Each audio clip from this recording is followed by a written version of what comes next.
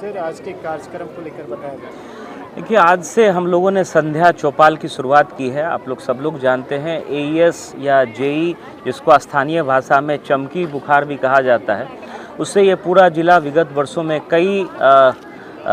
कई बच्चों की मौत हुई है और बहुत बुरी तरीके से प्रभावित रहा है।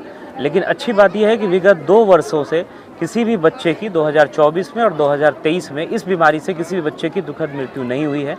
और जो लगातार हम लोग जागरूकता कार्यक्रम करते हैं, चाहे वो प्रभात फेरी हो, घर घर भ्रमण हो, या आईसी का मटेरियल हम लोग डिस्ट्रीब्यूट करते हैं, स्कूल में चेतना सत्र में जो इस विषय पर वार्तालाप होती है, उसी कड़ी में एक महत्वपूर्ण कार्यक्रम है। शनिवार को संध्या में हम लोग संध्या चौपाल लगाते हैं, जिसमें हर एक पंचायत में कोई ना कोई पदाधिकारी, चाहे वो जिला स्तर का हो, अनुमंडल या प्रखंड स्तर का हो, वो विभिन्न ग्रामों में जा कर के लोगों से वार्तालाप करते हैं, लोगों को जागरूक करते हैं, लोगों को ये बताते हैं जो चमकी को 3 धमकी है: खिलाओ, जगाओ और अस्पताल ले जाओ। आप लोग सब लोग जानते हैं कि हम लोगों का प्रयास रहता है, हम लोगों को समझाते हैं कि कोई भी व्यक्ति अपने बच्चे को खाली पेट न सोने दे।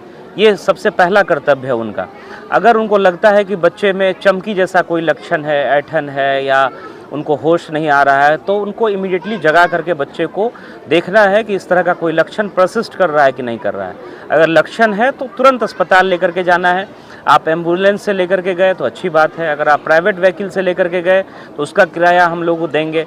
प्राइवेट व्हीकल की टैगिंग हम लोगों ने हर एक पंचायत में कर दी है।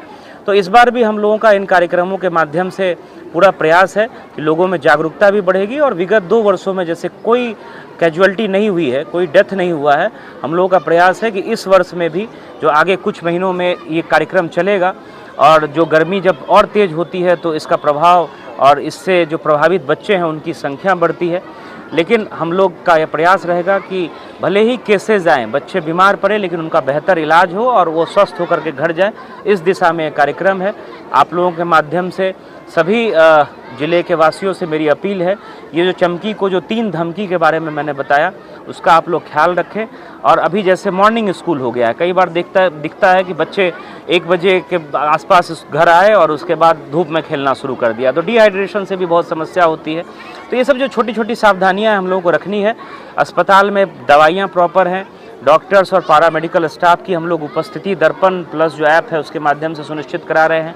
100 बेड का पीकू वार्ड जो माननीय मुख्यमंत्री जी ने जिसकी शुरुआत की थी, उच्च स्तर पर इसकी लगातार समीक्षा हो रही है। और हम लोगों का प्रयास है कि इस बीमारी से, जिस तरह से 2 साल हम लोगों ने इसमें बहुत अच्छी सफलता पाई है, इस साल भी हम लोग इसमें अच्छा करेंगे और किसी बच्चे की जान नहीं जाएगी, ये हम लोगों का संकल्प है। धन्यवाद।